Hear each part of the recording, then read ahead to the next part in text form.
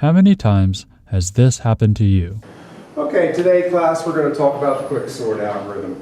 Now, as you can see here, you begin by using the find pivot function to find a pivot. You will then take that pivot value and partition the array into two parts, one with the hello values and one with the hi values. What? You'll then use the quicksort algorithm again recursively to sort each of the two parts. Simple, right? I really don't understand. So, show me, where would the indices stop moving in? Here. All right, I think you understand it now. Yeah, I think I do. I think I've got to run actually, so thank you very much for your time. Right, we've been at it for quite a while.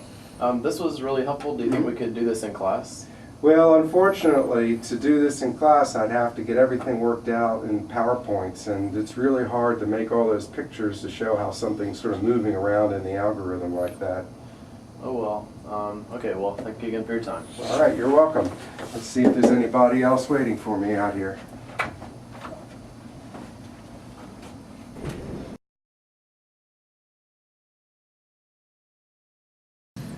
You know, my students, they just don't get it. I mean, they do get it when I sit down with them one by one and go over it, but that just takes too long. My students don't get it either. Have you thought about using an algorithm visualization? That's a good idea. Yeah, that might be a good idea. You know, I think I've been thinking about that for years. Maybe I'll actually try that next semester. All right, looks like I better start getting ready for the data structures class this fall. Gosh, that lecture on quicksort's coming up soon. I better get to work finding an algorithm visualization.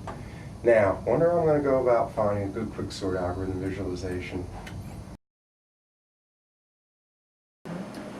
Okay, so let's see. I want to learn Java, so I need some kind of project to help me work on this.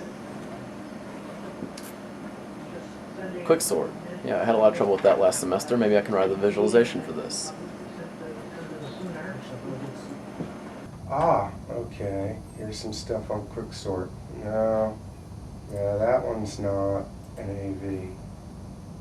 No, that's not an AV either. Ah, here we go. Sorting AVs. All right.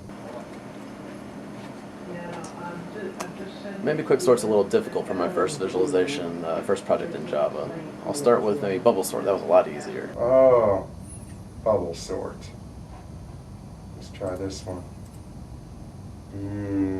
No, more bubble sort. Bubble sort. More bubble sorts. Ah, here we go. Quicksort algorithms. All right. Let's see if any of these are any good. Nah, that doesn't look so good. Let's try this one. That's even worse.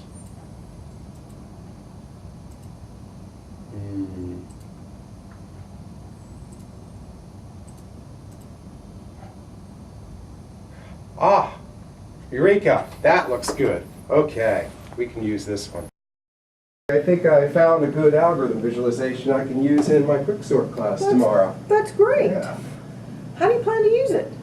Will you use it as a lecture aid? That sounds good. As an in-class exercise where students work through it? Or a out-of-class support? How does it match the algorithm and presentation in your textbook? How does it relate to your tests?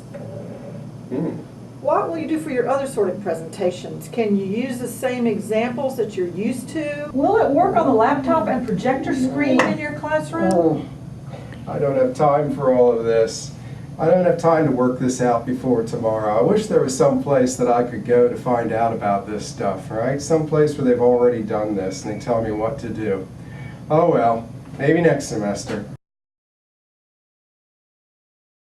So I was able to use that quicksort AV in my class yesterday after all. The students really liked it. Nice. You know, but I don't have anything to follow up with. And you need so many algorithm visualizations to cover the whole semester. Well, I guess what you can do is collect or create them over the years as you have time and slowly build up the repertoire. That isn't too different from how we develop our materials now. I guess so, but each of these AVs would be used for such a small part of each class. And you need so many of them over the course of the semester. And they have to fit in with the rest of your materials. That's assuming you can find a good one that's already out there. You don't have to do it yourself. I don't think anyone would fault you for not using them. I know many professors who don't use AVs, probably for the same reason. Yeah, sure, but my students still struggle with understanding this material from the lectures and the course notes. It takes so long to teach each student one by one. When I used the algorithm visualization, it really seemed to help and the students really liked it. But there's so much work in getting them started with using one. I wish there was some place I could go to get more information. You know what I would like? I'd like a way to tell the AV developers what I need and what works.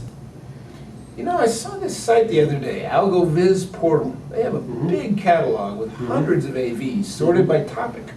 Yeah, I've seen that too. It's great, but you know, so many of them are on simple things like linked lists and bubble sort. We don't need AVs on those topics. I can't find many on the harder topics that the students really have trouble with. See what I mean? If we could just tell the developers what we need, and if they knew what was out there, then they would quit reinventing the wheel and start making better visualizations. Mm-hmm. Okay, fellas. Well, I've been looking at the AlgoViz portal's catalog of algorithm visualizations, and I've identified 10 areas where more AVs are needed. Now, Mike and I have worked up some mock-ups for what we think they would look like, and I think we've got some great ideas. So, I mean, we're all ready to start implementing. That's great. But I've been thinking about this, and aside from all the issues related to coming up with a good AV, there are a lot of other things that we need to think about for this project. How are we going to license this?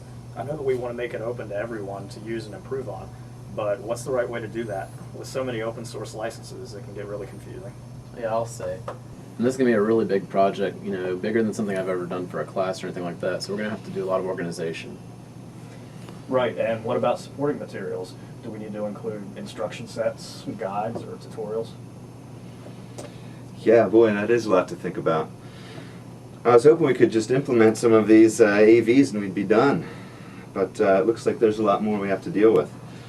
I wish there was a way to get some more information or maybe some help from people who've done this before. Yeah, and it would also be great if we could get feedback from instructors and students as we go, and if we could get help evaluating what we develop. I think a lot of this is already on the AlgoViz portal. The AlgoViz portal is designed to help the computer science education community find and use algorithm visualizations. The catalog has nearly 500 algorithm visualizations organized by category. Registering at the site is easy, and it allows you to rate and comment on visualizations. Forums allow users to interact with one another. Field reports let instructors tell about their real experiences with AVs in the classroom. And finally, developers can get help with many aspects of AV development. We invite you to join the AlgoViz community at algoviz.org today.